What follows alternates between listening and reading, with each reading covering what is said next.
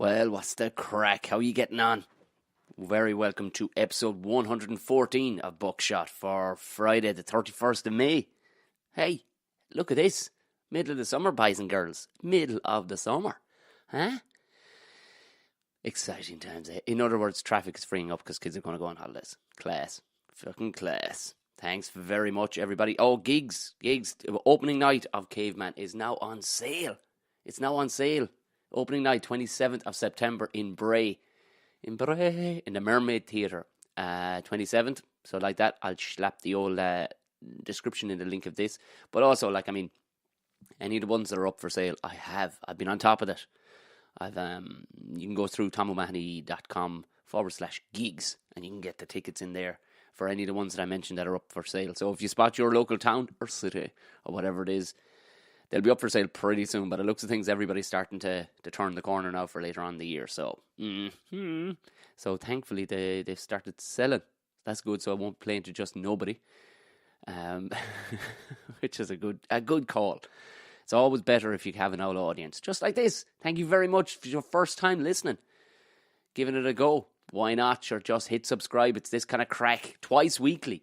Also, we have a Patreon page, which this is going out to slightly earlier. So the Patreons always get it a little bit earlier than your average folk. They get it ad-free as well. And you get access to the back catalogue of the Tom and Jerry Show.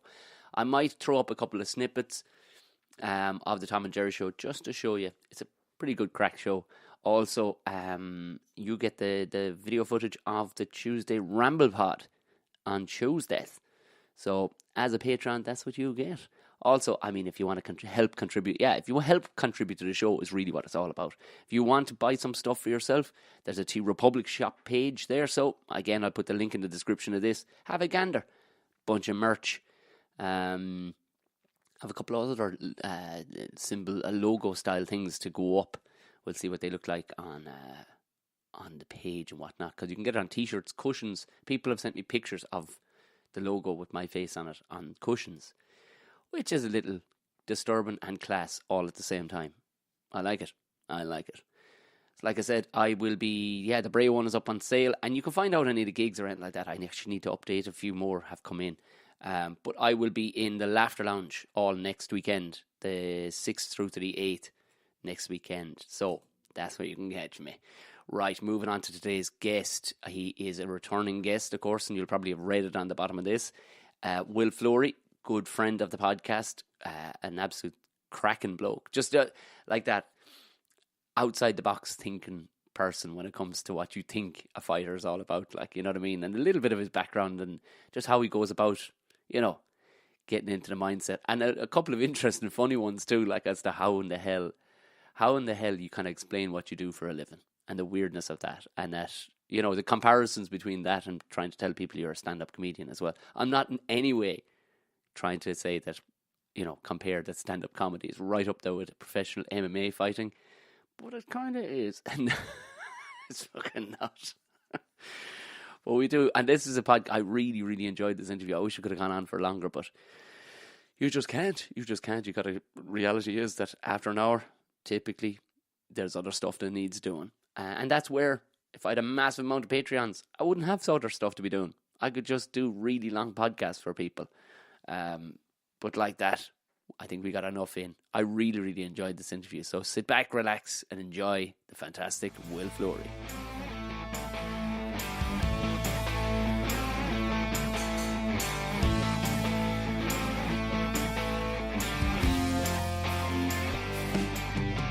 Will fucking Fleury. Hola, amigo. I was driving on the way up here. I was looking at all the posters on the way up, and I was going, do you know the old election posters? Do you know who'd be class? Get the logo on it. Just the tash logo, the tash with the fucking scar and everything. Fucking Will Fleury. Gary Cannon or Gary Gannon. Or something. Yeah. Yeah, he copied that whole thing. Did you see his posters? I fucking did. Yeah, he's the ginger fella, is he? Yeah, bastard. I knew. I looked at him and went, I don't like the... I knew there was something about it that looked too familiar. That's it, yeah. The rotten bastard. Didn't trademark it, though. Yeah, but let's see him get a scar on his eye. Yeah. Maybe he will. I like the style of that, but you see, I suppose when it got me thinking like Paddy Hoolan and all the rest of it, but I was like, Will would actually be a good fella because he'd be actually physically scary to, because you're taller than your average person too, like, you know what I mean? If you got into politics, like if you turned up at somebody's door and go, "Can I have your number one?" No, I asked once, "Give me your fucking number one." You know? Yeah, I don't know. I've no plans of going into politics anyway, man. Disillusioned enough with government, like, fuck that. We were talking beforehand about, kind of, I suppose, being pandering is the one for the better word, but I suppose creating us, almost a figurehead for what people will be looking for and all the rest of it. How are so many of these Irish fighters turning up with such amazing tans, Will? What is the crack, like? With amazing tans. Yeah, because you look pure Tipperary, like, albeit you're probably the only Tipperary man I know who has a six-pack. So Came back from Africa, the whitest man in Irish history. Yeah, you came back because you weren't allowed to talk about that in the last podcast. Yeah. So yeah, like, I don't know how I'm so fucking pasty constantly. Like, the last few years, I'm like, I'm way more tan than I used to be as well. So. Well, I noticed your arms are kind of tan. You've got the farmer thing going on. Pure farmer. Love it. Yeah, so I don't know how I haven't absorbed more sunlight. I try and get out a good bit, but doesn't seem to work much for me anyway. But what I'm asking are some of these other lads, and we won't have to name them, but are some of these other lads under the beds? I would imagine so. It's a purity. I like the idea of a bloke just being looking, raw. big hairy raw bastard. Yeah. So, yeah, but like, look, it's the younger generation, I suppose, and there's kind of an image they want to adhere to, that Geordie Shore look, and they're just mad into that buzz. And yeah, look, fuck it. If people find it something they want to do, leave them off, let them do it. Like, doesn't bother me. But yeah, I'm not that guy. Which one do you normally train in then? Are you normally in Concourse, is it? Yeah, Concourse's my main gym, yeah. And where's the new one after opening up? I kind of mistook where it was because it popped up on Instagram a few times. So it hasn't fully opened yet, but that'll be in Inchicore. That'll be open, I think July is what they're looking for now. Oh, will that close down Concourse then and move? Right. The main gym is moving, basically. Right. Okay. Yeah. How many pro fighters fight out of that one then? It varies because people come and go at times, and you'll have guys who come over for kind of 6 months of the year and guys who stay full time. There's probably 60-ish full-time people. Right. Full-time pros, like, and there's probably another 50, 60 that kind of come and go. So at any one time, you'd probably have 100 who are there, and at any one training session, you could have anywhere between like 30 and 60. Jesus. Yeah. How many days of the week are you in then? 4 to 5, and those like pro sessions. Yeah. Yeah, 4 or 5 normally. Fucking hell. And I suppose it wouldn't get much healthier, I suppose, to be in there more than that, I suppose. Sure it wouldn't. No, like, look, I do separate training outside of that as well, but like, those would be your sort of more intense days. Yeah. And then I'll go off and do my own strength and conditioning, my own, like, I do strength and conditioning now with a fellow out in Terranure, Adrian Quinn, and I do 3 days a week of that. But I try not to do like an intense MMA session and an intense strength and conditioning session on the same day. So if I'm doing an intense MMA session, the strength and conditioning session will be a bit lighter. It'll be a bit more mobility type stuff. Yeah. If I'm doing like an intense S&C session, I'll make the MMA session more drilling, hopefully, or like I might even like do 2 of 5 rounds if we're doing rounds, if you know what I mean. Yeah. And you have to monitor it like that because, like, especially like I'm not 22 anymore. Yeah. Your body doesn't quite absorb the same level of shit and just kind of keep going. That's a fact of life for everybody. So like if I train very, very hard 2-3 days a week or like 2-3 days in a row, I'll be absolutely bollocks day 4. Like, yeah. So I try and not get to that point. I try and kind of nip it in the bud before you're absolutely wrecked. Yeah. So you always want to be like challenging the body, but giving it enough to recover as well. So, I'll do, 1 hard session a day, 3 days in a row. Take day 4 as like, you don't do anything hard today. Yeah. Have you gotten onto the new buzz of hemp anti-inflammatories? This seems to be the big thing these days, isn't it? Yeah, I was sponsored by Temperature for a while, and I was using a load of CBD. That's right. Yeah. Yeah. I did find it effective for like small joint inflammation and stuff like that. Right. And it made me pretty sleepy, and I slept quite well. But yeah, like, again, other people seem to have miraculous cures out of this stuff, and maybe, yeah. like I'd love to be convinced of it, but It's just too much fucking Tipperary. Maybe you need nettles or something. Just yeah. I've been rubbing comfrey on all my joints actually recently. What? Comfrey rub. Do you ever hear of it? No. No. It's like a little herb that grows. Is that the New Zealand one? No. It grows here as well, but you can buy it fairly cheap in like most kind of decent health stores and pharmacies. Because I've busted my elbow or whatever last week, but I have been rubbing one on that apparently the All Blacks use. It grows naturally. Bees love it. Like so, it makes like it's not Manuka honey flower, but it grows quite. It's quite a close relation of that. But it's unbelievable stuff for like a type of pollen or something. Is it? It is a balm that they had it in. But Jesus Christ, it's some stuff. I must actually send it on to you. But again, it's again, would it work for you? I don't know.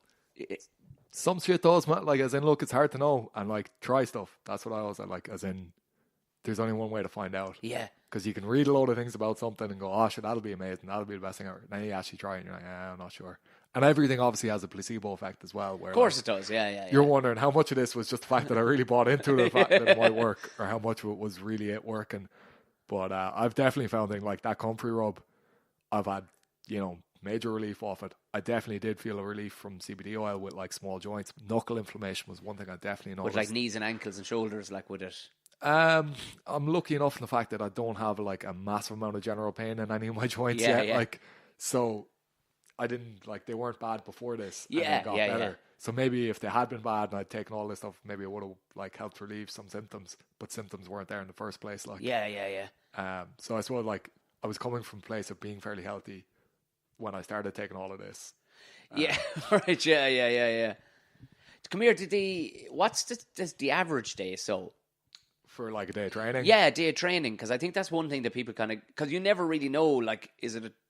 Because people go training is an hour and a half for your average person in whatever sport they're in. Like it varies obviously, as in especially depending on who you have around at that point in time. Like I said, there's guys who'll be over here for 6 months of the year, and there's guys who'll be here all the time. If there's somebody special over, like if I have a good sparring partner for a week, I'll try and get in and get as much done with that guy as possible. So I'll alter all my other training around that. But most of the time, if there's like nobody special about, basically, like, which is pretty harsh on everybody. That. You open the door. Yeah. No fucking body special in there. Close the door again. Generally speaking, if somebody good's coming over, I'll know about it in advance, and you'd be kind of psyched up for it and prepared for it. But like a lot of the time, then it'll just be, 11:30. I do my strength and conditioning session. I'll be finished that at about like 1ish, and then at 1 I'd start my like main MMA session. They kind of run in together. Some days I'll just do one or the other, and then I'll come back at like 7 in the evening, train again, and do kind of more like striking / skills based session. So either a bit of drilling, bit of striking, kind of whatever I want to work on that night, or even depending on the night. Like there's a couple of jiu-jitsu classes I go to a few evenings a week, but I don't make those every week either. Like it's kind of what I want to work on that day. Yeah. And who like as you said, like if somebody new comes over, you change your schedule around. Do you set your schedule like for what you want to do? Like, and do you take advices? Who could you take it? I suppose the likes of John Kavanagh, I suppose, and the other coaches, I suppose you could take advices. Here, listen, I'm at 100% in these brackets. Should I be heading into? So my job as a professional, like I show up on a certain day and whoop a guy's ass. That's a certain day, a certain guy. So all of my training is based around the fact that I have to beat this guy that day. Yeah. What enables me to do that best? That's what I always look at. I set my, like, look, people give you advice on training. Yeah. But ultimately, you're the one who's going to be doing the training. You're the professional, Exactly. Like, you're the one who's accountable for your result at the end of the day. So you should do whatever the hell you think is going to get you to that point and be as best as possible. I'll analyze that constantly. That's the thing that eats me the most is like, are you doing everything you should be doing? Yeah. And are you doing it as well as you can be doing it? Are you improving the skill set you need to be improving? So like, I will alter my training to go like, well, he throws his hook this way. Am I leaning back enough as I'm like coming into that? Am I connecting with that? Like, am I generating enough force with that to be able to knock him out quickly if he does this movement? Yeah. So I might go in and like, I say I'll alter it based on what I want to do that evening. I could look at a video of him that afternoon and be like, okay, I want to work this for an hour and a half tonight. Like, yeah. And it'll just be one little movement. And I do like, look, this is where I'm different to a lot of people. A lot of people just go, I'm going to a load of classes, I'm training hard, I'm doing my thing, you know? Yeah. Yeah, but what are you getting good at? Why are you getting good at that? Why does that matter? Fighting is a very specific skill set. Yeah, of course, yeah. You know, like I could go in and learn 5 different half guard sweeps and be like, oh, I learned loads today. Like, yeah, am I going to use any of those sweeps during the fight? I'm not sure. Like, you know, Yeah. What situation do I need to use it in? Why do I need to use it? And I think I'm different in the sense that I constantly ask those questions. And I ask a question of like, if you get put here, what are you going to do? If you get entrapped in this situation, what are you going to do? If you're like not able to connect with this, or if he's not taking the bait for that, what's your next option? Yeah. And they're like, so my brain is doing this constantly. And then I'm going, okay, I need to develop that. I need this thing to be a weapon now as well. Or I need like to fully understand what my backup situation is going to be there. And I need to know how that feels. Yeah. So like, I'll get guy, like, you know, I'll be like, okay, if you've shot in and I miss your leg and I can't do my switch defense and you've got my back now, where am I leaning? Where's my body weight going? You know? Then like maybe I'll drill it for an hour and then maybe I'll go live for a half an hour from that. Obviously, that's pretty resource heavy training because I need a guy who's there for me specifically to drill that. Yeah, of course. You need somebody who's completely dedicated to your fight, whatever. Now, there's times where I'm that guy who's there for the other guy. Yeah. But like when it's based on my camp, based on my whatever, I'm pretty fucking like, you need to be here, you need to be doing this. We're professionals at the end of the day. That's one thing that always frustrates the shit out of me is like making people buy into your thing. I can only imagine, like, Jesus. Yeah, and like, especially like maybe I'd be kind of easier satisfied if I just accepted going to a class and being like, oh, I'm getting as good as I can at that thing. Or, you know, like, oh, we did like a load of double leg takedowns today and I'll be really good at those during the fight. I'm like, yeah, those might never occur during the fight. I've been doing this a while, you see, so like most of the basic stuff that I should know, your brain's already pretty good at it. Like, Yeah. You have a like little switch to this, so it's like, yeah, boom, I know that movement. But it's the intricate movement, it's the little transitionary spaces, it's the areas that will occur most likely. Because look, a fight can end up so many different places, so many different situations can happen. Are you versed in all of those? Definitely not. You're not going to be, because there's hundreds, thousands of them. But are you versed in the ones that are most likely going to occur? Yeah, I will be. I know I will be. Well, I mean, that's the kind of Formula One driver style of thinking, like, isn't it? You know what I mean? Like, be prepared for every eventuality, like, you know, rather than just go, well, I know how to steer down the road. And this is the thing, like you were saying, like all the basic stuff is programmed in there, it's on the hard drive, there's no getting rid of it. Say you're coming up to a fight, and obviously there's going to be nerves and stuff before you walk out and everything else. You get in the cage door closes, right? You fight. How much drilling do you have to do of some of those new things, the new nuances that you've basically practiced, or are you in enough of a headspace where you can go, yeah, I know or like does calmness descend where you can go back into the newly learned stuff that you specifically for that fighter? Yeah, in my case, yes. It does. Like, I generally speaking get very pumped up about 2-3 hours before the fight. Yeah, I'll be roaring around. Like, you know, I lost that fight in Rome, and I think that was the major issue. I was I was prepared to the degree that I was like, what can this guy possibly do that could hurt me? And because of that, my nervous system was a little bit like unafraid. Oh shit, right. But like every other time you get that spike of fear, you bring it back down, you're in control of it. It's very important to be afraid though, because at the end of the day, it's a fight. Anything can happen. Like, yeah, fucking anything can happen with. Yeah, that's the thing. Like, what were you thinking, you twat?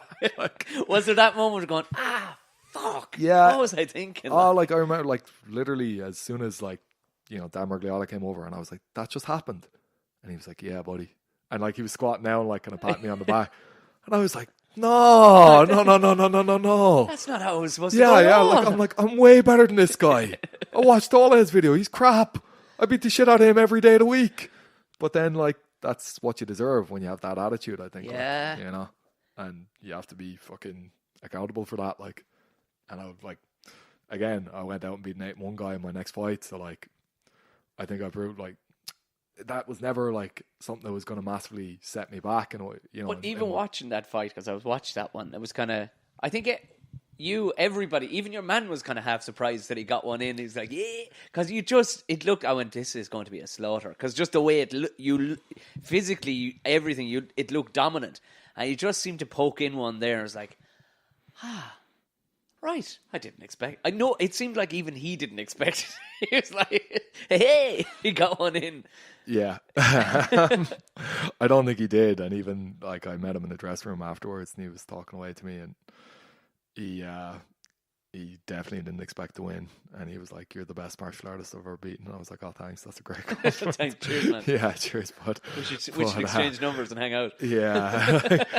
I feel way better now. Thanks, buddy. But like, I feel like, look, it is 4-ounce gloves. It is a fight. You respect that. Yeah. And if you don't, you get what you deserve. And in that instance, I didn't respect that. And, the lack of fear led to a level of complacency, which led to me being in range for his shot. His shot hit me square in the jaw.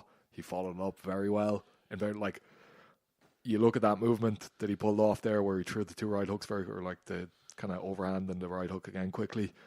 It's a very nice movement. Yeah. So fair play to him on that front. Technically, good man.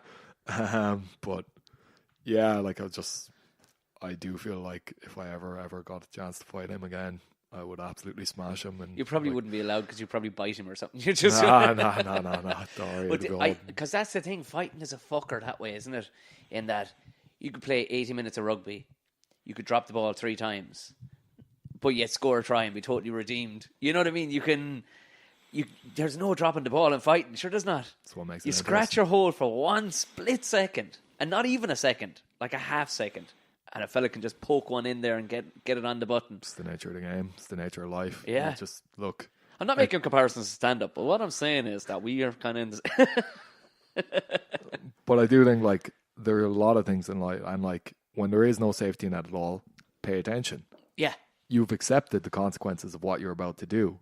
So don't blame the game being like, oh, I'm better and I made one mistake and it's so frustrating. It's like, shut up. Get on with your shit. Yeah. Okay? You did fuck up. You accepted that you were going to play this game where if you fuck up for 2 seconds, you're going to be probably unconscious. So you shouldn't have done that. Don't be a twat. Well, is it healthy then, do you think, getting, that happening in Rome? Because it kind of resets, because you were, I won't say you were cruising, but you were fucking mincing everybody I saw you go near. Is it a good reset? Because they say that, you know what I mean? Now loss would make a fella good and sour, and focus the old mind. It relights any fire you may have, winning all the time is good for you, in a way, and it reinforces, a lot of the positive stuff. But there's a level at which your brain kind of goes, yeah, sure, I'll just do that. That's what I do. I win. Yeah. And you follow all the same patterns, but is there the same level of, a kind of... intensity, I suppose. Yeah, a visceral feeling in your gut of how much you want to win. This has to happen. Yeah. This has to happen. Yeah. Because you forget what it's like. I'd never lost. I've lost in other aspects of my life. I've failed at thousands of things, but I hadn't failed at this. So when you know what failure feels like, you're very motivated to not feel that again. Yeah. And that's probably a good thing in a way. But would I rather, if I could, rewrite history and win that fight? Yeah, I'd do it 100%. Yeah, of course. But yeah, look, it might be the best thing that's ever happened to me. I know for a fact that I will go down as the best middleweight that Ireland's ever produced. No matter what, by the end of this game, there'll be no debate over the fact that Will Fleury's an amazing fighter, and I know that a lot of the motivation to make that a reality has come from that. It was already there. I think I already, might have been, I'm probably the best middleweight Ireland's produced even before that. But now I'm okay, get out there, make this reality. There's such a fire. I've just turned 30 and I feel like I'm 21 with the ambition that I have. I have a lot to prove to a lot of people. There's so many people I just want to prove. You can't shit on me. You can't. Yeah, of course. Yeah. So, look, maybe it is a good thing. I would imagine it is good. Well, it looked like it was anyway after the last fight. Yeah. Yeah. Yeah, but there's a lot more ass whoopings like that to come. That poor old devil got an awful fucking hiding, like. Yeah, and rightfully so. Like, don't miss weight by 5 pounds, you fat fuck. Like, but how the fuck does that happen? That's I wanted to get around to that, like, because obviously we know how it happens, but it's like, what are you fucking playing at? Like, this is like you're supposed like surely that's this is your one job. Your one job is to be a fighter and being fucking on weight. Like, what could cause that? Is that just sloppiness coming up to it? Sure, he must be nowhere near it come weigh-in. I heard from one of the medical staff that he was 95.3 kilos the night before the weigh-ins. And the weight is supposed to be? 84. So 80 fucking 4. He was 11 kilos off. Yeah. 11.4 kilos off. Now that's less than 24 hours, maybe like less than 12 hours before the weigh-in. Should be worried fucking, I'd say 2 weeks out if you were that much over, I'd say. Yeah, now to me, that's a sign that it's a deliberate tactic. Yeah. That like, it was, because I was wondering, is this just like a lack of Couldn't giving be. a shit? Or, I don't know, even if you were like, he was aware of this fight since December. So no matter what, you have a level of time to prepare to make that weight. Like, even if you're not giving that much of a shit. You'd never be 11 kilos over. Like. Yeah. You'd never be 11 kilos. You see, people's brains deal with fear in weird ways. And I think his way was like, I'm just going to show up a lot bigger and see what he does. And if he doesn't take it, grand. I'm happy enough to not fight, you know.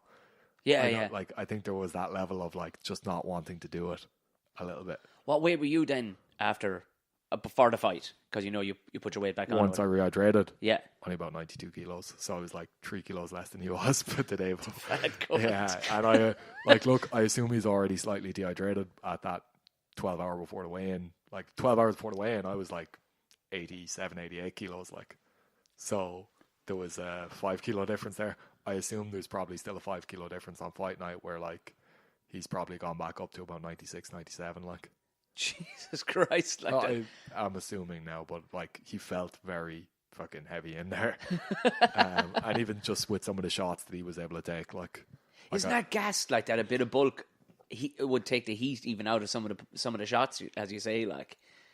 To a degree, like, yeah, with it's physics, I suppose. You know, it's physics, yeah. You're a larger thing, so like you can absorb more impact without your momentum creating that torque in the jaw, like. But then, but he was a small build, like he had a kind of fat little round head on him as well. That was harder to knock out. Like, as in, even looking at him, I was like, his chin's going to be hard to like fully connect with because he didn't have a big chin. His head was very round. And he had a big neck. So I knew from beforehand, I was like, he's going to be hard to really connect properly with. You're going to end up hitting this guy like fairly square in the head a lot. Now, I did hit him fairly square in the head a few times, like, and he took them quite well. He got rocked a good few times throughout the fight. Like, I think I rocked him like 3 times. Yeah. But he didn't go down under any of those barrages. Like, and I think a lot of that was just he had a big neck and I was able to take the shots. And again, like, I look at like the end of the first round and I go, well, if I could have stood off from there a little bit more, like, I landed 3 or 4 in a row. Yeah. And then I shot in and took him down and started landing some elbows and stuff. Had I given him a bit of space there and just let him try and shoot, let him try and like close the distance and then backstep land my shot, it's probably over at that point. Like, yeah, because he's coming onto a shot too. Like, yeah. Yeah, I know. He was already rocked. So like, yeah, just give him that bit of space to let himself hurt himself. Like, but again, I was probably a little bit over eager and just willing. Like, I really wanted to get out and get that. You dictate how fast he's gone down. Like, but patience can be kind of a virtue at times. Is that the hardest thing? I wonder, like, because you know the engine is absolutely in prime condition. All the fucking everything's ready to rock. Is that the hardest thing? I wonder. Is just be patient with this situation. Like, you know. Yeah, respect the other guy's ability to survive. You know, because you just running at him and overwhelming him with stuff. At the end of the day, if you have an amazing engine, that's great. But how is that damaging him? How is that ending this fight? Yeah. So, like, I think with that, when I was in really good shape and I was really pumped up. So my whole thing was like, just get in and smash him as much as you can. But I look at it again and again. I'm like, there was times there where you just tried to use too much force too quickly. Yeah. And you could have been a bit more patient, and you could have created more opportunity by being patient. So, look, these are the things you assess when you're away from the fight, and like you have to look at somebody else's character as well. Like with him, he tried to pretend he was broken from before the fight. Like even like when he missed the weight and all that, he was very like head low and like apologizing and all this sort of thing. And I just felt at like 11.5 kilos, he clearly knew he was going to be well overweight. 100%, like. yeah. But even like his demeanor was a very like accepting that I've been bad. I know I did the wrong thing here or whatever, and was like kind of like, you've already broken me. You've already won this fight.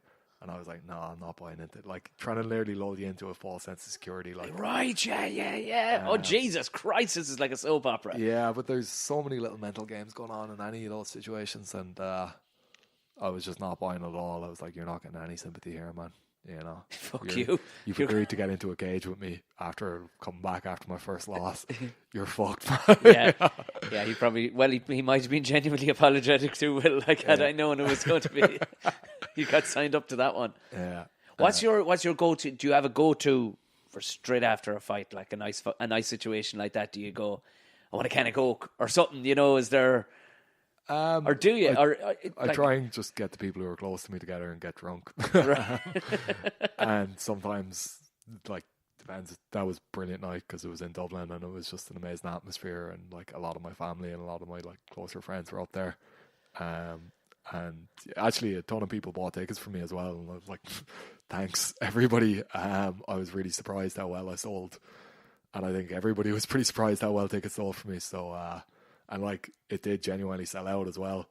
Yeah. And like I ordered more than 200 tickets, and all of mine got sold. So I'll probably order more for the next one in September, and do genuinely get on to me if you want them, because they will sell out. Like, yeah, I would have. I wanted to go, but I was gigging again, so I was watching it quite literally on I Twitter. wasn't talking about you, Tom. Don't worry. This wasn't about you, Tom. All right. That was a total dig, wasn't it? There's 200 other people came, Tom. No big deal, you know. It's just no, but even it was gas. Everyone I was close with, Tom. I did a GIF. Did you see it? It was fucking brilliant. I did a GIF on Twitter, and it was because you'd put up about being the Tipperary Lion, and I typed in a blue and gold lion, and a cartoon came up. But whoever's logo it was from some football team in America, it has the scar on the lion the same side as you. I didn't see this. Fuck, right, I need to find it because it has to be somewhere on my Twitter watch. I'll type it in again. It has the scar through his eye. All right. The same as you. Unbelievable. I was like, did Will create it? I'm tweeting it anyway. All right, yeah, retweet it or like tag me I'll in find this, it again. and I'll tweet it again yeah. or Instagram or whatever. But definitely. And he's kind of blink. I think he winks with one of the eyes, I think. But it's a blue and gold lion, and he has the scar through the eye, same as yours. Good stuff, yeah, some line. It's quality, isn't it? Yeah. Did because I gave you the blue for to watch for Rockwell, of course, because the blue on your microphone. All right, I didn't go to Rockwell. Have you been back? Like, are you the only MMA fighter? Was it you went to Rockwell? Did you? No. Did you not? No. Oh no, you played rugby for Cashel. I beg your pardon, wasn't it? That was it. Yeah. Have you been back around? Is there anybody has anybody from our neck of the woods kind of taken up on or have you come across them taking up the MMA kind of? There's a guy in Clonmel, Colin Maher, who runs SPG Clonmel. All right. Colin's a ridiculously good grappler, and he was an amateur boxer as well. So he's he's only 25, 26, and he's been training on MMA for about 10, 11 years. And he's legit. Like, I've been telling him for years, you should go pro. He's very good. Like, he's a welterweight only now, so he's a little bit smaller than I'd be. But very well-versed grappler. He's done quite well in a few kind of the major grappling tournaments around. Yeah. I think he made it to the final of the Battle of the Boyne, which was like 8-man tournament of like some of the best grapplers in Ireland. That's a serious achievement. Like, that basically means, you're top-ish. Like, that was purple belt and above invitational, I think. Jesus, right. So, it means we were one of the best grapplers in Ireland. Now, it depends who shows up on any given day, and it depends who was invited, and it depends on your matchups and all sorts of things. Yeah, but of course, yeah. It does mean you're legit. But there's no cowboys going at it. Like, no, you know exactly. what I mean? Yeah, so. like, look, you're at least 8 years deep in your training before you're even considering getting to that level, and he came second in that. So, like, that's a serious achievement. Like, And was there a reason? Is he just happy to stay running the gym rather than actually going pro and fighting himself? I think he's planned on it all right, and I hope he does for his sake. But I think like he's running in his own place down in Clonmel, and it seems to be doing pretty well. I think he's created a nice little community for himself down there. And there's a couple of us, like, it's taken off huge. Like, even Kerr has an MMA club now. They do not. Yeah, it does, yeah. I think it's mainly Polish lads. I don't, I think they all work with the outlet, actually, yeah. Up in the meat factory. I don't know exactly who they are. I know a guy who was training there for a little while, but I haven't had too much contact with them myself. And then there's, like, Premier MMA up in North Tip. I don't know exactly where that... Adrian Albert is in Nina as well. Or he's in Rossgrey, sorry. Right. And he has an MMA gym. There's a couple of lads, and I've actually only gotten to know these lads kind of well in the last 2 years because I was off in Cork or in London or else in Dublin. Yeah. I haven't actually trained in Tipperary Have too you much. not? No. No, but I train, like, I go down to Tullamore a lot and I train with Kieran Davern. And Kieran Davern's, I've been saying for years, he's the best grappler in Ireland, and he's just proved that he won the black belt heavyweight division there, and he won I think the absolute heavyweight division. I better fucking find out what he won fully, but he, like, pretty much everything he competed in he won, and he's at the highest level you can possibly be at. So he, like, black belt everything, just clean sweep. Fucking hell. And I think gi and no gi as well, so amazing achievement. But yeah, like, I trained with him first about 3 years ago, and he was pretty good guy, like, he was a good grappler. And then I trained with him about 2 years ago, properly, like, where we got a little bit of training in together, and I was like, whoa, this guy's a whole different level. Like, and he did, like, his grappling game had jumped hugely in that period of time.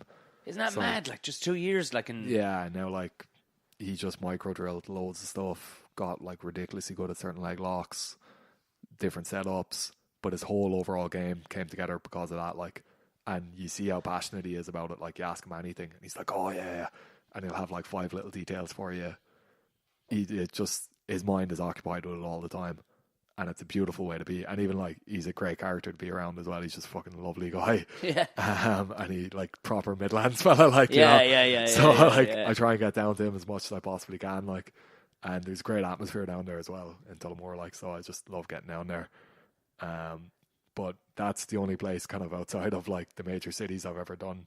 I've been down in Port Arlington a few times, and I was training out in Swords a good bit as well. But, like, yeah, I'd love to train down in Tip a bit more, but unfortunately, time wise, it's not feasible. But I suppose it's unbelievable to see it. But it's like one of the days I was inside with it was the first I'd seen it, because I did martial arts as a child up through teenage years and stuff, and I never really thought about it or whatever. But it was after your interview, the last one, and it was with Richard Kiley over in SBG in Tala, and it was all these little kids they were training. But just as we were heading away, he says, "Will we get a photograph in the cage for the whatchamacallit?" When we did our Will Fleury, we did our best Will Fleury. I remember, yeah. And but all these little kids were the most unbelievably well behaved. I'd forgotten what good discipline. They were just all like little gentlemen and little ladies. Like, they were all absolutely, because their coach, whoever was coaching them, was like, "Okay, over to the side, come on now." And it was, kids are normally fuck acting around, and everyone and up like little soldiers. It was. I remember thinking, this is glorious to see the discipline and just respect these kids had for just a situation that was being told by the boss person, "Get the fuck over there." It's like, this is class. Yeah, martial arts are amazing for discipline, like, for even self-discipline, because I think the biggest thing you want to instill in a child in that situation is your effort and your attention are going to get you somewhere. Yes, yeah.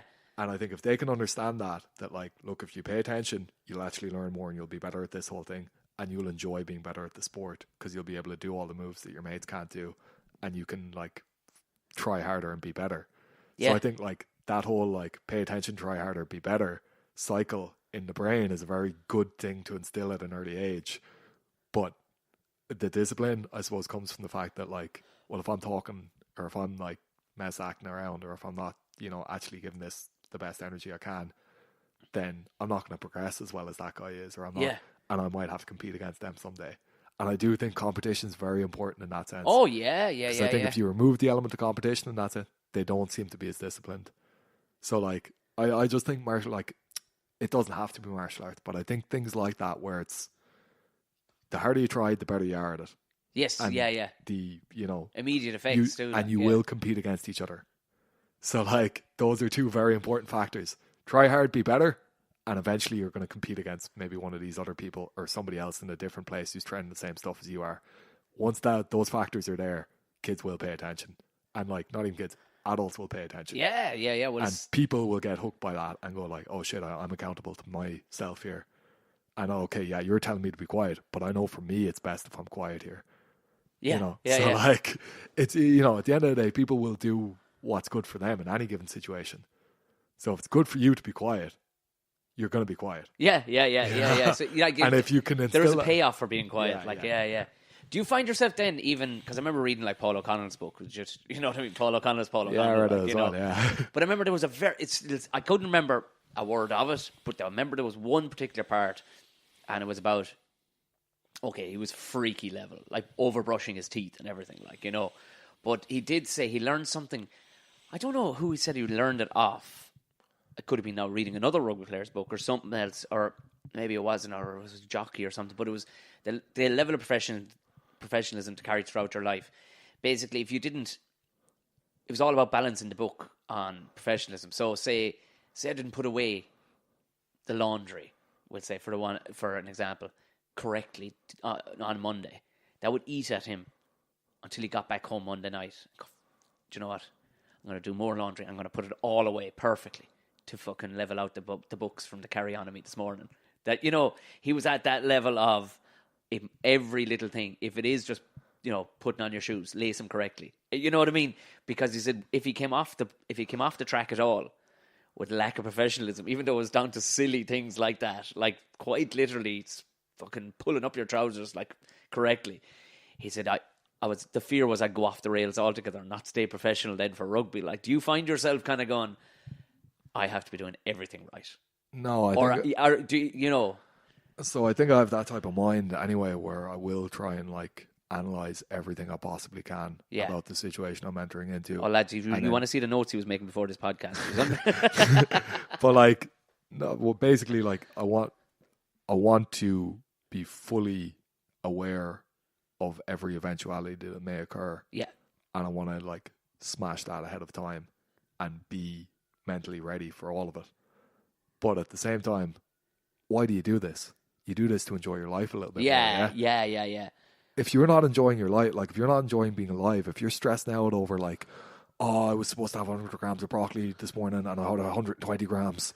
What am I doing? Oh, I'm off the rails. Like, you're not actually, like, even your hormonal response to that isn't going to be good. You're probably not going to recover as well. Just fucking chill out. Yeah. And I think that's what O'Connell was saying too in the overarching thing, was that he looks back now and he didn't enjoy himself rightly at all. It was continuously in mental pain the whole way through. Like, there has to be a level of that though. And like, oh yeah. Look, if you want to be good at anything, you're going to be beating the fuck out of yourself mentally a lot, because the reason you're good at something is because you go, you piece of shit, get up, get better at this, get out of bed, get that thing going. Oh, what, you don't want to get up? Get the fuck up. Yeah, like that's my mind anyway. Oh no, I'm like, the exact the same. The days where I'm sore, yeah, the reason I'm better is because I'm going like, are you fucking serious? Yeah. Do you think some other cunt isn't going to get up? Yeah. So like, and there is a level of love for it. There is a level of like, some days I get in a flow state where I'm like just banging out things and like your body's just responding really well to all the things you've drilled and you're just like, oh yeah, I'm smashing this. And then there's days where I'll just stay hitting a bag for 2 hours because I'm like, you're unbelievably shit at this. How are you not able to generate that force in that strike? Why is your body not able to do that? Why can't you do the splits like him? Why can't you do this like him? And I do have those, like, I'm not going to pretend it's all positive mental energy. Like, I do have those dark kind of like, you are shit at all of this, you piece of crap. Keep drilling until you're way better at this. Like, and like, obviously, look, your end result will dictate how happy you are with yourself and what you've done to prepare for it. But like, I do think like there has to be a level of the negativity, but you have to fucking enjoy it. Yeah, why are you doing, Why are you doing it if you don't enjoy it? In my own career, I've gotten a little bit better at just fucking shut up and enjoy it. a bit the odd time, like, and just like this whole thing is bizarre as fuck. Anyway, like I get into a cage in the jocks and beat the shit out of someone. That's what I do for a living now, right? Yeah. How fucking bizarre is my life? That's brilliant. Like, if you told me that when I was 20, I'd be like, are you fucking serious? You're a 30-year-old who runs around in his jocks and beats the shit out of people. I'd say your mum's well proud of you. How many times do you watch Mad Max as a child and go, I want to do that. I want to get in a cage and beat the fuck out of somebody. But that's actually a question I was one of the times I meant to ask. I was just going to text you one day out of interest because I was writing a bit about how people knew nothing about MMA. They just know nothing about MMA, but there's so many fucking experts. You know what I mean? Like, and you hear these fellas talking like going, oh well, no, he went for half guard there, and you go, shut the fuck up. You don't like you're talking about it like the same way fellas talk about the All Ireland final, like from 1968. But it was, I started thinking then, because I've a hard enough time explaining to people what I do for a living. Like when they go, so what do you do yourself? And I nearly want to go accountant just to make it handy. Because when you start telling them, I get on stage but I was going, how does Phil or how does Will explain to like, grannies and stuff? it's tough, yeah. Is it? So most of the time, if they definitely won't have a clue, I'll just be like, I'm a boxer. Right. Yeah. And it's a weird type of boxing, right? Where it's totally okay to kick somebody. Yeah, but and that's with very old people, like at weddings and stuff like that. Yeah. But like with people my own age who are kind of just not like, most people know what MMA is because of Conor now, and it is becoming way more mainstream. But I definitely find that like when you say it, like, and I have, like, most of the time I'm pretty just like, oh, I'm an MMA fighter, but it gets a very strange response. Does and it? Yeah, and like to me, it just, I don't care if you don't like the sport necessarily, but like at least be open-minded enough about the type of person that I am and just treat me like a normal fucking human being regardless. Some people don't though. Sometimes you do get a very like, and like this is what I find, it's more like lads get very challenged by it. Yeah. And it's like, I'm not going to be fighting here, lads. I do this when I'm paid in a cage. Like, I'm not going to be like aggro-y with you because like fighting is my job, so I better get some practice in tonight. On the very similar scale, can you imagine telling people that you're professionally way funnier than they are? Yeah, that must be shit. And this is their one identity. Their identity is, I'm the gas cunt down the pub. And you don't want to take that away from them. Sure they are, but it's like when they go, and this is Tom, he's a professional comedian. They go, all right. And you can see chest comes out, they nearly want to fight me. I'm like, no, dude, I'm going to be, if anything, I'm going to be really boring for the next hour. I've actually never thought about that, yeah. I'm professionally, I get paid to do this. I'm not doing it for free here, that's for sure. So you get that with funny people. I get that with anyone who thinks they're a hard cunt. Yeah. Like, and it's like, I'm not here to challenge you. I'm not here to like be the ultimate alpha in this situation. I just want to have a bit of crack, like, fuck off. What else can you tell him? You can't tell him that you're something else, like. Yeah, and like, I don't know, like, in certain situations now, I have just been like, no, I was QS in London, and now I'm just like, kind of fucking around or whatever. But, no, like, in the last, like, 2 years, I've kind of just been like, no, I'm a fighter. Like, I'm a professional MMA fighter, and if you don't know, fuck off. It is, yeah, it is an odd one, like, and that was... It's good to know that, because I can only imagine trying to explain it to people. Like, even still to this day, my grandfather, I'm not fully sure does he know what I do. Like, although he came to see me in Care House one time, but I'm not even fully sure. Like, it was a gig in Care House. I think, were you there? I wonder. I think it was. Yeah, it was years ago. 2010, wasn't it? It was. Yeah, I was only just green, and. Ben Buckley was just back from Australia. Ben Buckley, that's right. Ben was just back. We went down to, was it Irwin's or something we went down for? I remember you were on the dry. Yeah. You were on the dry because you were taking fighting seriously. Yeah. And it was a 2010-11 kind of time. It was in Care House, wasn't it? It was, yeah. And you stayed in my mother's bed that night as well. Did I? You did, yeah. So you've slept in my mum's bed, Tom. Jesus. I've no I have a recollection of being down the pub with you. That was about it. But sure, everybody was steamboat. I saw some of the pictures like a couple of days later. We looked every bit, and just straight laced Will standing beside us in the pictures. Fair play. Bringing everyone back to me gaff. Cut. Yeah, being sound out like you were the sober one, bringing all those dickheads back to your. Shit, look, you don't have a choice. You have a bar in your house. What are you going to do? Yeah, because the time I thought you were still playing rugby, but the lads kept on going, I could have been a contender, Mick. And I was like, what are you talking? Was there a... So, and it was only... Ben then was, no, Will's fighting. Oh, fucking class. Because it was just coming off the ground at the time, you know, MMA was. 2010, 11. You know, it was just coming off the ground, like, but... Because it is... Like, it is great to be able to... I suppose you're always trying to prove yourself with these things, but especially when you can go back home and it's like, oh, that's... Will is actually a fighter. You know, there's no fooling people anymore. Like, or do you know, there's no having to explain yourself anymore. You know, it's like that's what he does. Yeah, that's cool. Like, and it is something that like you take a level of pride in. And even like, look, one of the great things about, I suppose, quote unquote, being successful at this is you get to represent your area, your people. Like, I'm fucking unbelievably proud. I don't have a strong Tip accent. I don't fucking, you know, I haven't lived in Tips properly since I was like, you know, 14, 15 years old for any long stint of time. But it's where I've spent all of the best times of my life. Yeah, like, yeah. I am a fucking, you know, I was born, raised in Tipperary. It is my place. It is the place I want to represent. And even like, I grew up watching Munster Rugby and it was my whole identity as a kid. Like, yeah. I'm like, so I went to school up here. I got sent to boarding school at 12 years of age. My brother got kicked out of Rockwell. The other guy left school at like 14. So they weren't, and they didn't want to send me to the other guy left school because he was going to get expelled anyway. So I didn't have the option to go to school in South Tip, like, and where did you go up here then? Wesley. It was a private boarding school. And where all the discos and no, well, the discos are held inside by Donnybrook, but the boarding school there's much less crack. Not as much finger. Yeah. Well, we don't talk about that. It's a pending legal case. But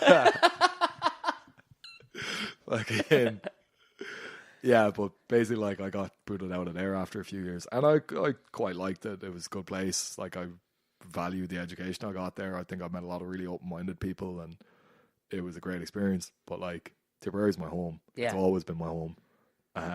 And the fact that I can, like, I suppose represent that through fighting is something that I'm unbelievably proud of. Like, yeah. And that's one of the cool, like, that, like, I don't give a shit if you recognize me. I don't give a shit if you like don't care about what I do, but I do get to represent this. Yes. You know. Yeah. And that's something like, it's like, I'm gonna go over to Oklahoma and I'm gonna smash some lad, and I'm the raw bastard from Tipperary doing that. Like, yeah. You know, and I know where I'm fucking representing when I do what I do. Like, and like, even like the culture, you know, like, I don't know, like, I don't want to get too bollocks about it, but like the identity of like fucking that kind of like mindset of giving everything your best, and like, it's your effort. That's what defines what you are. Yeah. Like, I grew up watching the likes of fucking Marcus Horan and like, you know, John Hayes and guys like that who had no right to be professional athletes. Like, Peter Classy. Yeah, you know, what I mean? Right? But still, they were passionate as fuck about it. Like, you get somebody the size of Peter Stringer, 98 caps for Ireland. Like. Yeah. Just, you know. And the level of like achievement they got. And now that's expected. So it's a different culture at the moment. Yeah, like, yeah. We kind of go like, oh yeah, sure, of course we're class at that. But at the time, nobody thought we could be amazing at that. And I kind of want to be the one for MMA that does that for Munster and does that for like Tip and does that for like the whole kind of country identity of Ireland, where it's like, no, you can be a normal fucking human being. You can be sound enough. You don't have to be Conor McGregor. You can go out and whoop ass and you can be amazing at this thing. Yeah. So like, that's what I choose to be. That's what I choose to represent. Like, you know. And no, I totally get it. Proud as fuck of the fact that like this has been my identity, like, and I've never sold it out. I've never gone like, oh, like, I want to be this. I want to wear a pair of sunglasses and pretend I'm a fucking gangster, like, because it's just not who I fucking am. Like, is it like, you know? I totally get it. Why do you think I wear so much fucking camo and shit and go hunting? It's just because I'm stuck right up here in the fucking poshest part of fucking whatever, and I suppose it was kind of not anti, but I suppose the fact that I was people physically recognized me for playing a posh wanker on television. Now it was me with my tongue in my cheek getting paid to be a fucking actor or whatever, but the fact that I go so culture the other way, I probably lean too hard just on purpose to go, nah, I'm a fucking blue collar country fucker, like, so from South Tipperary. So I do think though, like when you've come off in the country and you've lived in a city for a while, like you're just gonna naturally be repulsed by what cities do to people, if you know what I mean. Yeah. In the fact, like you're like, I think in any country town, there's much more of an awareness of the reality of society because you have poor kids and rich kids in the same class. Yeah. You know, you have like that's a really valid point, actually. Yeah. And yet, like, everyone knows who the wankers in the town are. If you know what I mean? Right? Yeah. And like, if you treat people like shit consistently, nobody really is your fucking mate properly. Like, there are consequences to that. Like, yeah. Whereas in a city, that's not that way. You can move on and get new friends. Yeah. And there'll always be more people to meet, and there'll always be, you know, other people who'll accept that behavior. That's really valid point. Yeah. And I crave country life a bit again. Like I'm not saying I don't enjoy Dublin. There's times I walk around there and I'm like, oh fuck, I'm unbelievably privileged. Like, I love Ireland. I really do. Like, yeah. But there are times where I'll be in a coffee shop and you'll have some fucking wanker who didn't get his milk the right way, and he'll moan about it and he'll start complaining to the staff. And I get it. Like, look, okay, you want your milk a certain way. That's fair enough. But like at the end of the day, that like, this person's here serving you, like. But they'd never do, like you said, that there's no consequence to that because he'll walk out and needs never walk back in there again. Yeah. But you'll never do that in the Lazy Bean and fucking on the square because you'll be going, who's this fucking prick? Yeah, 100%. You know what I mean? That is it. Like, that is the difference right there. You tuck in your shirt and you shut the fuck up because there are consequences. And there's a positive side and a negative side to that because, like, you know, there's the whole like towny kind of like gossipy culture and like, you know, all that sort of thing. But I do think in general, it makes people more self-aware. Yeah, it keeps you on your toes. Yeah, a little bit. And you do have to like treat people with a certain level of respect. I don't think that's a bad thing at all. I think that's a good thing for most people. Like, you know, and like there's a good thing about cities and the fact that you can be kind of totally different and nobody will give a fuck. And, you know, there's an acceptance within like and some people need that. Do you know what I mean? If they were like, I've talked to lads like, and they've kind of come up to me after gigs and gone, geez, you really have not shied away from your identity in a way. I go, no, what else have I got if I don't have this, you know? But then you speak to guys and you quickly realise, oh, right, so you didn't enjoy the situation at home, you know, the way you were at home. So this is a good place for you to come and express yourself in the anonymity of numbers, you know? And that's it. Like, identity is a choice. Yeah. As well. Like, you know, like I say, I choose to represent Tipperary. It's the culture I grew up around and I liked it. So it's what I want, like, to be, you know. But it's a very Tipperary thing, though, I think. Because I gig in all sorts of counties. And other counties, I'm not going to name them, but they could just go, from, you know, it's like, it's a throwaway thing. But everybody I've ever had in this podcast, right, it's like, and I think it's probably based on a highly successful GA system, too. Where there's, like, you can puff your chest out and go, I'm from fucking Tipperary, what are you going to do about it? I don't know why, and I'm only speculating that maybe it is as a result of having a long-standing GA success, but whatever. But I think I also like it's an absolutely ridiculous thing to say, but I do think like there's a level of just like niceness and proudness of that, right? And Cork has a similar thing as well. Yeah. Like, and I do really like. I lived in Cork for a good while. I really like Cork City. I really like the culture there as well. But like, it's a level of like, we're proud of what we are. We're proud of the way we behave. Mm-hmm. You know, we're fucking like, this whole thing is a good culture. So I'm going to talk about how good my culture is. I'm going to talk about. Whereas, like, I suppose if you're from fucking Cavan or somewhere where people are like trying to screw each other over all the time or whatever, why would you be proud of that? Like, why would you puff your chest out about that thing? And you say that I was in a bar in Edinburgh after doing a gig, and I was watching. I did the gig, legged it out because I could see they were playing. In Munster we're playing Edinburgh, I think, on the telly. So I ran around, I was watching the match or whatever, and there was a bloke sitting beside me, and he was from like Cavan, kind of up that neck of the woods. I heard me ordering a drink, and he says, "Where are you from?" I says, "South Tip, where are you from?" and whether it was Cavan or wherever, and he says, Jesus, I have a brother-in-law from there. You're a lovely bunch of fuckers down that neck of the woods, aren't you? I said, well, he says, no, anybody I brought down to visit him, he says, they all came away going, they're lovely down there. I says, and he says, I said, you're not lovely up in Cavan. He goes, he didn't really answer me. Like, no, I've worked in Cavan, I do good times and stuff, but maybe grass is greener and stuff. But he said, I've worked in a lot of counties, but whatever it was about being in Tipperary, they just seem to be a happy enough old bunch. Yeah, look, I'm sure there's plenty of guns in South Tip too, like, right? Yeah, oh yeah, but, no, there are. Yeah, no, sure, like, we can all name a few, but like, I think in general the culture is pretty good, and like the level of just like, right, take this. So like, my parents were antique dealers from Offaly, yeah, moved down to Care, fucking ended up having a pretty successful antique shop, lived in the middle of the town, fucking were probably like, parents made a lot more money than most of the people in the town did, right? That should have been something that excluded me to a degree from like being socially accepted. You would imagine, yeah. But there was never an issue that way. Like, and that's something I feel ridiculously lucky in that sense. Like, most of my best mates were like fucking very, very normal blue collar fellas, like from very humble backgrounds, and like fucking there was never an issue over anything like that. Like, I'd sleep. Your in their parents house. had to be thanked for that too, because they could have raised a cunt. Yeah. You know what I mean? Like, they could have raised a dickhead. But you look, like, I think like they're self-made though. Anyway, too, there's a difference in that too. Like, and like they were never, that fucking into the money side of it, or that into like.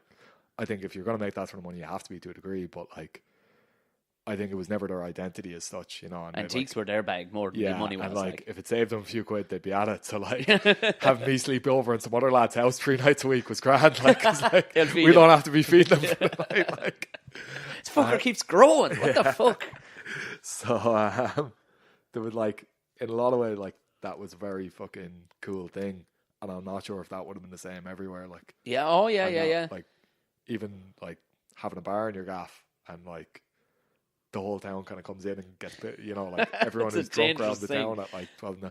But I never had an issue. Like, there was never fucking one time I had to kick anybody out of the place, or like, well, I don't think so anyway. Or even like where we had major aggro from people coming in, or that anything like ridiculously shady ever happened. Yeah. I think once something got stolen out of the place, and we had the door open for hours every night on the weekends, like, where anybody who wanted could walk in and just have a bit of a session, like.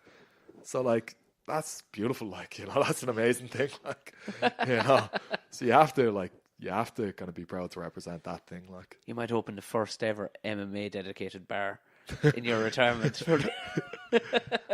Yeah, I don't know. Fleury's Octagon, pop on down. Open an old gym with a bar beside it, like. Yeah, why not? Get pissed, have a few rolls. So we'll unfortunately, I'll have to wrap it up. But we have you fighting again, thankfully, after your last one, and we were waiting for it. We were waiting for the news, but the news haven't fully broke yet. So this is exclusive first bit of media. Oh baby. So I was waiting on a fight in London, or I was really hoping to get a fight over in London, June 22nd. It looks like I won't be put on that card, and there's not even that many middleweight lads, so if I get a pull out, I probably won't be the first guy they call. So it's highly unlikely I'll fight on that card. But I'm been told, and so far Bellator's word's been good to me, is that I'm going to be fighting in July in Oklahoma. So July 12th in Oklahoma, in Tackerville, I'll be fighting, and I don't know who the opponent is yet, but as far as I know, I'm on that card. That's class. I like, it is like, it's cool to go to London, but it's cool to go to go to Oklahoma too. Like, send the raw bastards stateside. Lovely stuff. This is so we're going to have to find this fucking lion. I need to find this lion. That'll be absolute. So Oklahoma, July 12th. But sure, I'll keep people updated on this anyway as we go, when we find out what poor bastard is. Orange Man will be marching. Will be whooping ass. Oh yeah. Just hit me that, like. Will accepts all people as fans. Yeah. So bring your drum if you want. William of Orange at the end of the day, you know. There you go. Boom.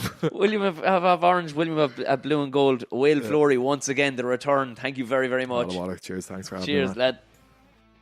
My thanks again to Will. Thank you very, very much. Like he said, he's going to be fighting in Oklahoma when an opponent is known. I will let you know, and we'll all get on board and we'll watch the Tipperary Lion that is Will Fleury himself. Thank you very much. If it's your first time listening, do hit subscribe. Like I said, it's a bit of crack every week.